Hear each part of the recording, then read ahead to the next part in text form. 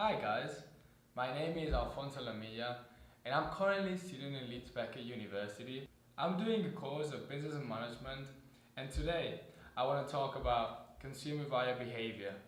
First, I would like to introduce the topic of consumer buyer behavior. The action of purchasing an item or a good itself can be fractioned or divided into multiple psychological steps. These steps relate to the theory of consumer buyer behavior. Marketing is about making subtle and efficient changes that make people buy and consume in a subconscious way. That's why the world revolves around this kind of marketing things.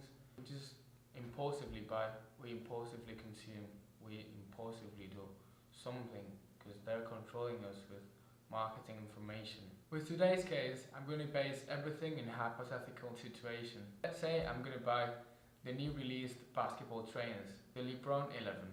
There's 5 stages in the process of decision making. Stages that go from comparing, matching or identifying to how satisfied are we after we buy the product. Our review, our sensations, our perception. How well satisfied, how well the company has done to satisfy our needs. So yeah, in my case, let's say I play basketball and I've got old shoes that I've been using for 2 years. The most possible thing that's going to happen to my shoes is that they're old.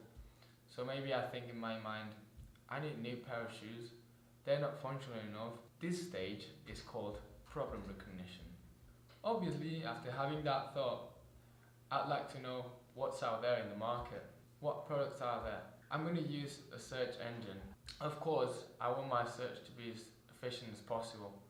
I want to invest the less time there, but I need to compare. This phase is called information search. Maybe I will reach indecision, so I won't be sure about it. Maybe I go back to the other stage and I say, maybe I don't need trainers. But if I do really need them and I decide, I'll stay in the current stage. And that stage will lead to checking the prices, different brands, the quality, the material, whatever.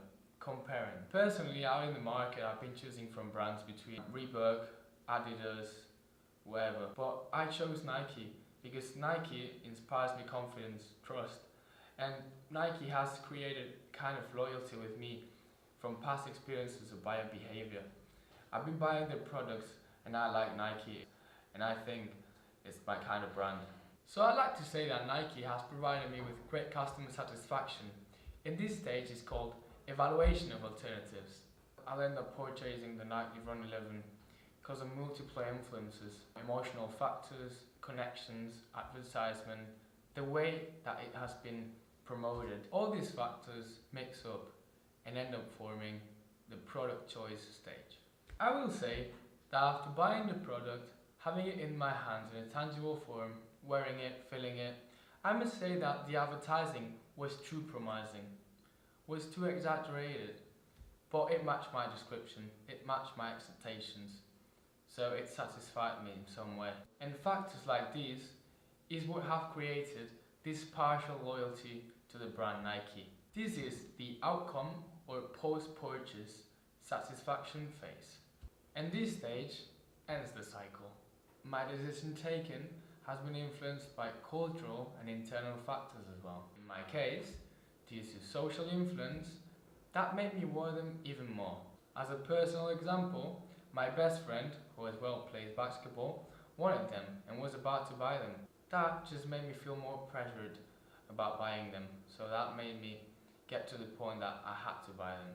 Not forgetting my personal taste. I like the design, I like the shape, and I like the colours. The celebrity endorsement technique as well is a fact that made me buy them even more. The celebrity endorsement is based in using a celebrity to advertise the product. In this case, LeBron James is the figure representing I'm a fan of LeBron James. So that is all linked up and makes the connections to buy the product. The fact of buying a new pair of shoes is an example of limited problem-solving situation, because this kind of purchase is not a frequent one and requires a deliberate process of comparison and spending time in knowing what you're buying.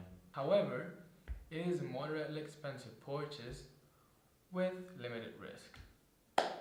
Thank you for your attention, and here I conclude my vlog.